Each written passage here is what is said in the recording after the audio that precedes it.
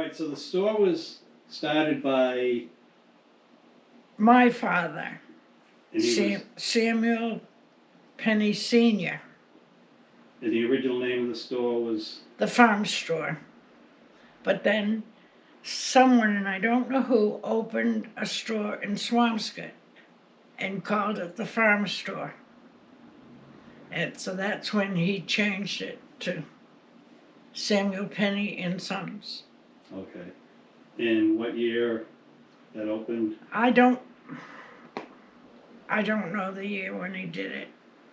But you have that plate that says. Yeah, but that's when that's the original, that's the farm store. That was the year the farm store started. So the 1927. Six, yeah. It was 26 is when the farm store opened, and then at some point it was changed to Penny's. Okay. I was told, because I don't know, that before he opened the store, he had a push cart. But I have no memory of that. Because I wasn't even born till 35, so. Yeah. And then they had a fire? The fire was 1945, December 23rd, 1945.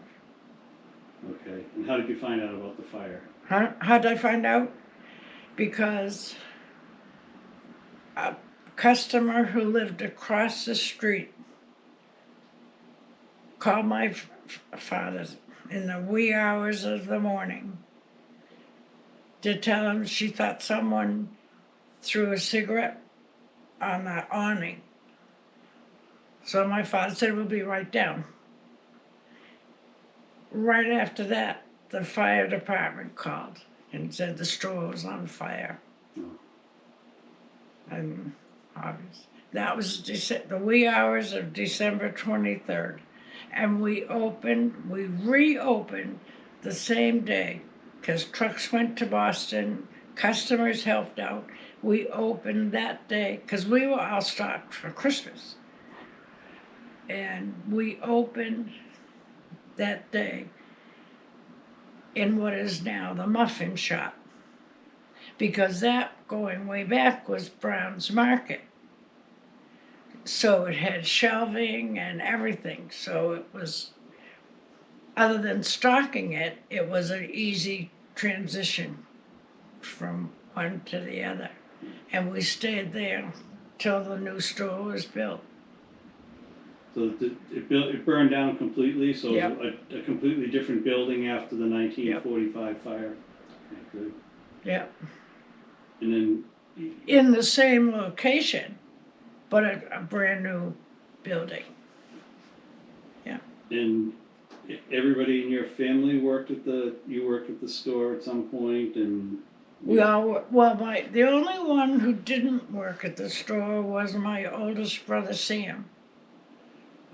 All the rest of us, well, I know from 3rd grade on, after school, you had to go to work, go to the store.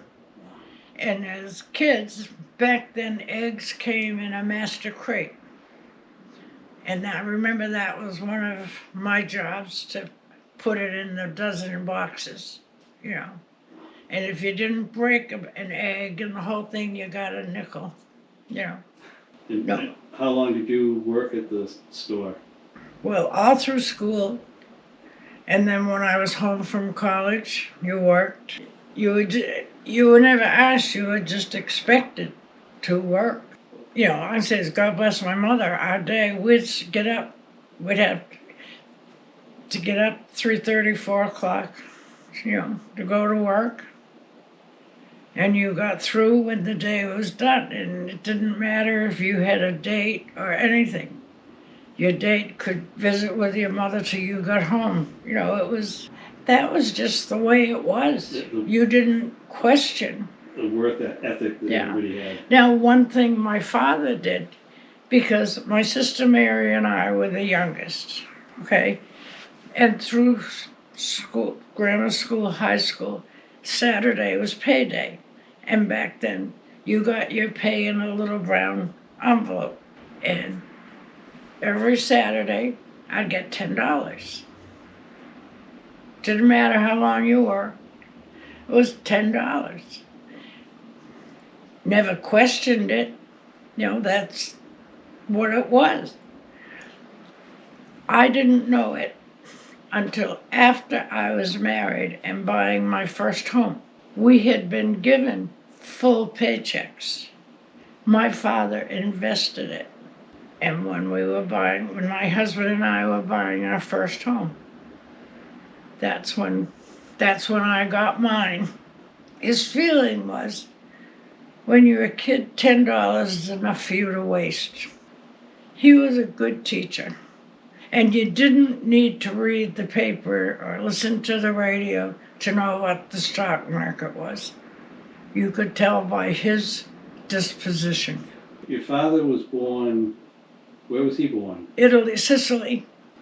And then who ran the store over the years? I mean, your father started it and ran the store, then My father, in many ways, my father ran it forever, because my brothers listened to him. He was a hell of a good teacher. However, it was my brothers. Dad was always present in the store, in the store. But my brothers were very influential in buying the surrounding properties, because they owned. Well, it started out where the original store was half my father, and the other half was Doan's Plumbing, and Doan's owned the building. Then they bought the building. My father bought that building. But everyone down there, I don't know about now, but had a good working relationship. They were there to help the other guy, or like if Louis needed something in the market, our trucks went every day, but Sunday they'd pick it up for him. It was a two-way street. It was a very friendly. Because Penny's was right next door to Louis' market. Well, Louis used to be further down. If our store didn't sell it, we didn't eat it. I mean, there was loyalty or whatever. Even for myself, even after Crosby's, I felt obligated to shop there. But once I was no longer working, it was a weird feeling to go to Stop and Shop or, any place, because we just didn't do it. And so when the more recent big fire there was when Crosby's had already owned it? Yeah, I forget the year, but Pictures. I never knew what caused my father's fire. But Crosby's, they got the young man, because that was started in the dumpster out back. When my father's store burned, we opened in the mushroom shop. When Crosby's fire burned, they opened in the Doan building. Because I remember the night of the fire, of Jim's fire, I was watching the fire burn with Jim. And he said, "What do we do now, Ian?" And I said, "Find another place and get open as fast as you can." And they did a good job with the pantry. Sure. I think the big difference in the running of the store, when my family owned it, I think I'd be safe in saying 100% of the employees lived here, lived in Marblehead. And you must have known most of the customers that come in, you probably knew. You knew what they ate, and we were also encouraged, and I'm speaking more of the fruit, like peach season. Take one and eat it, random. Because then you know whether you should tell Mrs. Jones the peaches are really good. Buy strawberries instead. My father, he was not a cook, but he could tell Mrs. Jones how to cook anything. It was comical. Because remember, in the old store, if you wanted apples, you didn't take them. You were waited on. You came in and you want a pound of coffee? Okay. Someone went and got it. It wasn't until later years they started with the packaging. But you knew Mrs. Jones, you knew her kids, and It was just different. Our grocery supplier back started out was Cressy Dockham, but our trucks went to Boston minimum of 5 days a week, which was a fun place to go.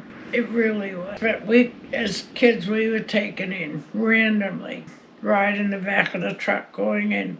Going back, my father was the one who went market every day. I'm told my mother even worked at the store when it first got started. The only thing I remember, I know she used to make the potato salad, at home. Of course, you couldn't do it today with the Board of Health, but Did they get seafood from local? to my memory, I'm going to say no, we didn't, because McLean's Fish Market was the. I know that's where my family went, and my father brought. I'm going way back. He brought Bird's Eye food to Marblehead, frozen food, when they first started. We worked. There were days you hated your job, but I think even if my other brothers and sisters, as hard as we worked, it was still fun. You still had the good times to offset it. Remember, I grew up with Damon Tucker, all the different stores. You knew Mrs. Jones and you knew everybody. Not anymore. And as kids, you didn't dare screw up either. I hate to keep saying it, but it was just a different world. And even leaving the store and going home, my father had a chair he sat in. That was his chair. If he wasn't there, you could sit in it. But you knew damn well that if he walked in, you moved. Yeah. All right? Yeah. And back then you didn't think of it as male chauvinist, but at our dining room table, my father was at the head, my mother to his side, my brothers were on the other side. That was fine. As the girls, the women, we were at the opposite end of the table. So if my brothers wanted anything, we were closer to the kitchen to get it. That's the way it was. I personally feel there was a lot of respect from the 8 of us to my parents. My father never had to raise his voice. He could just look, and you knew. You figure my mother, every meal, cooking for 9 people. I have 2 people for lunch and I have to clean, but no, and her day would start when we got up in the morning. We never had like a bowl of cereal. It was more like a meal for breakfast, not knowing if we'd get home for lunch. So we'd all, have that. And then the store used to close at 9. She'd be in the kitchen all day with the different shifts. I marvel at it. Remember, that was before dishwashers or cake mixes or anything. So as I say, we worked, but we reaped the benefits so much. It was sad to see the store sold, but it was time. And that's my life with the store. My father, I think it was 1973, but I'm not sure, sold the store to my brother Joe and Bill. And then that was short-lived, and Bill bought my brother Joe out. Well, it sold when Bill died.